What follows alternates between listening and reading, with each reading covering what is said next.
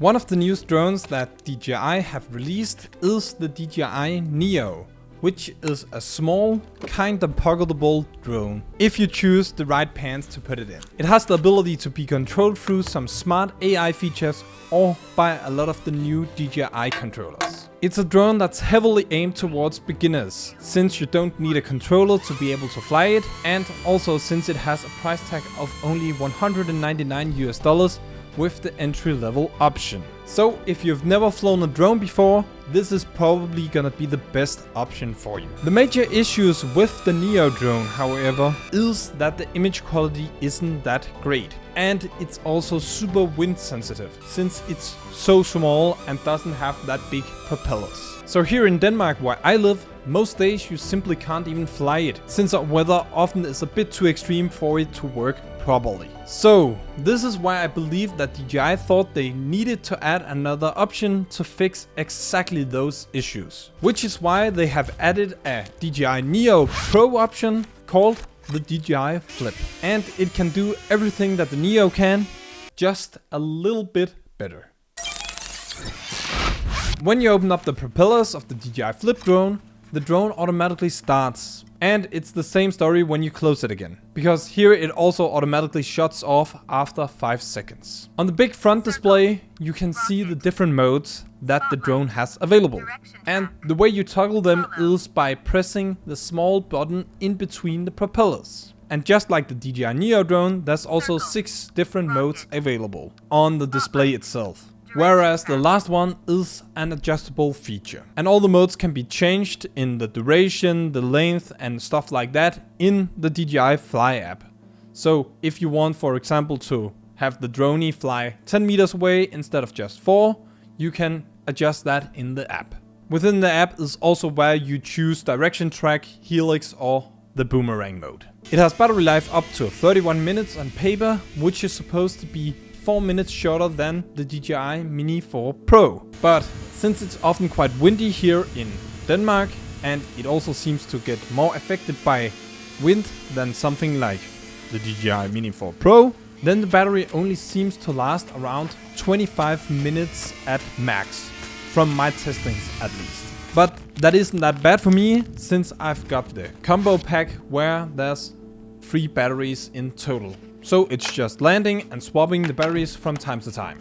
Just something to note. The big reason for choosing the DJI Flip instead of something like the DJI Neo would be because of the image quality. Because on the Neo, the sensor size is only a ½ inch, whereas the sensor on the DJI Flip is way bigger at 1/13 inches. And a bigger sensor will capture more image information, which essentially means that the image quality is way better.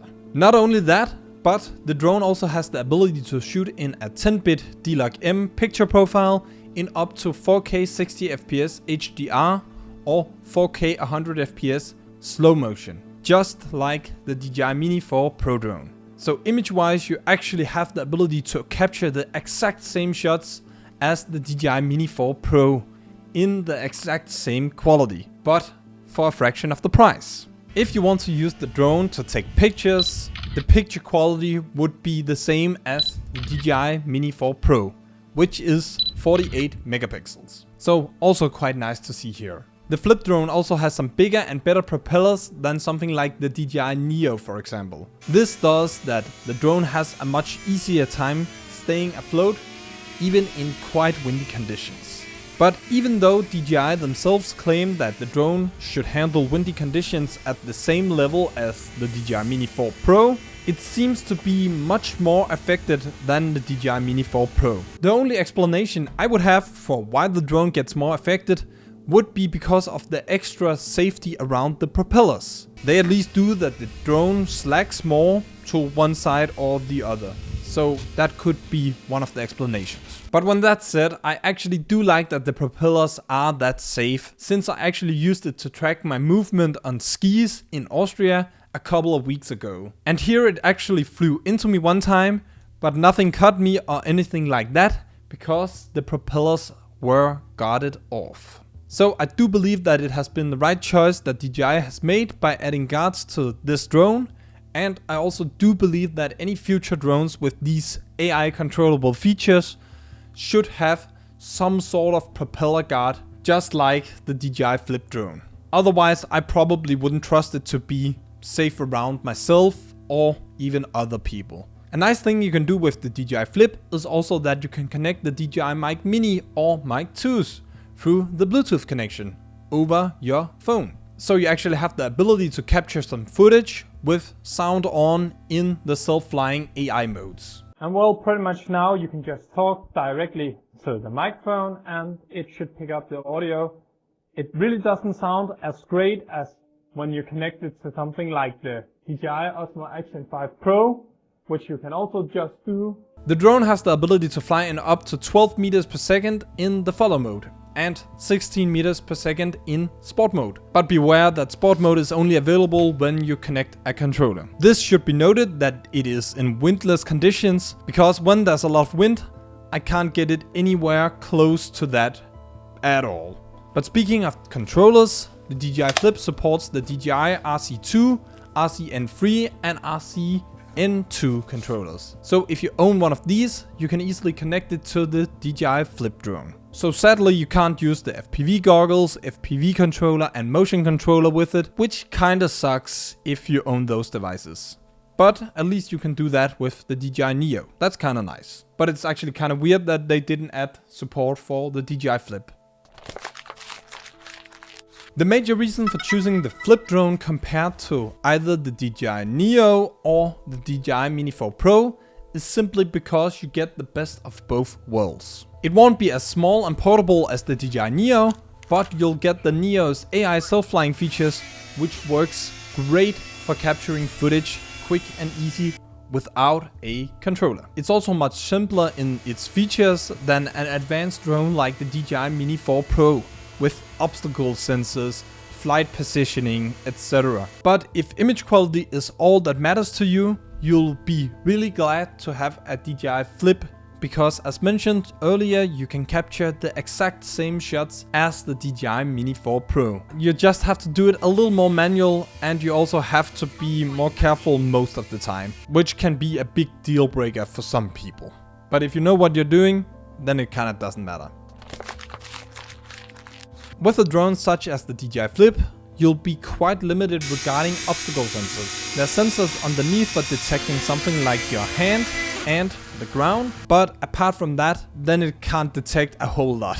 So you have to be careful not to fly into walls, trees and stuff like that. So it's both a pro and a con. I also make a lot of vertical content for my Danish page, and here it would have been nice to see a true vertical feature where the camera turned 90 degrees just like the Mini 4 Pro. But not this time around. Because with the Flip drone, you're limited to a 2.7K vertical shooting mode where it's only cropping in the sensor, which is kinda sad. Another thing I also really would have appreciated would have been if the camera holster on the gimbal was the same as the DJI Mini 4 Pro, since I own a big pack from Freewell with some ND filters that I would have loved to use on the DJI Flip as well. But they simply don't fit, which kinda sucks. I also feel like it's a big missed opportunity to not have the ability to connect the DJI Mic Mini or the Mic 2s directly to the drone itself, just like you can with their newest action cameras like the DJI Osmo Action 5 Pro, because it's quite inconvenient that it has to go through the DJI Fly app. It also only comes with 2 GB of internal storage, which is quite a low amount in my opinion, especially since the Neo drone has 22 GB of internal storage. I don't know why they thought that they just needed to cheap out there, because that kinda sucks. There's so many times I go out there without an SD card, and having a bigger storage is kinda almost necessary. I love the accessibility route that DJI is going down with both the Neo and the Flip, but if they're gonna say that you can fly it with your phone, then you should at least be able to fly further away than just the Wi-Fi signal. Because it simply sucks that you only have the ability to fly a couple of meters away, and then it starts to complain about the connection, or even just completely jumps off. So some improvement really needs to be done to the phone app. I don't know how, I don't know what. If it's just a little receiver that you can put on your phone, anything is probably better than what it is now, because that sucks. Since this drone can fly by itself and also easily follow you around while having a great looking image, then I truly think it's probably one of the coolest, if not the coolest way of vlogging. And I could easily see that some people here on YouTube would start to use the DJI Flip as the main way of vlogging, which is gonna be so cool. I could easily see a lot of vlogs be a lot more energized this way. So in my opinion, this could easily be the next thing here on YouTube. And I'm so looking forward to it. All the AI features are something I absolutely love. And just like I've mentioned in the videos I've made about the DJI Neo, this is the absolute best way to use drones like this. And it's probably also the way I'm gonna use the Flip drone going forward. Because it's an amazing way to get some footage of yourself, even together with others. And you can even have your hands free. I do, however, think there's a lot of missed opportunities with this drone, but I also understand that they want to keep the cost down, just so it's easier for people to actually buy a drone like this. It's just kinda sad that it isn't as polished as many of their other products like the Mini 4 Pro. Even though it seems like I'm saying a lot of negative things about the DJI Flip, I actually do believe that it's an extremely versatile drone to a somewhat, I would say, great price for the features you're actually getting. There's so many innovative ways of using it, and I look forward to seeing how people are gonna use it in the future, because it truly feels magical sometimes. I'll leave an affiliate link below so you can check out the drone for yourself, and if you buy anything through it, I'll highly appreciate it. So thanks in advance. That was all for today. If you liked the video, please leave a thumbs up and maybe consider subscribing to the channel. See you in the next one. I'm out.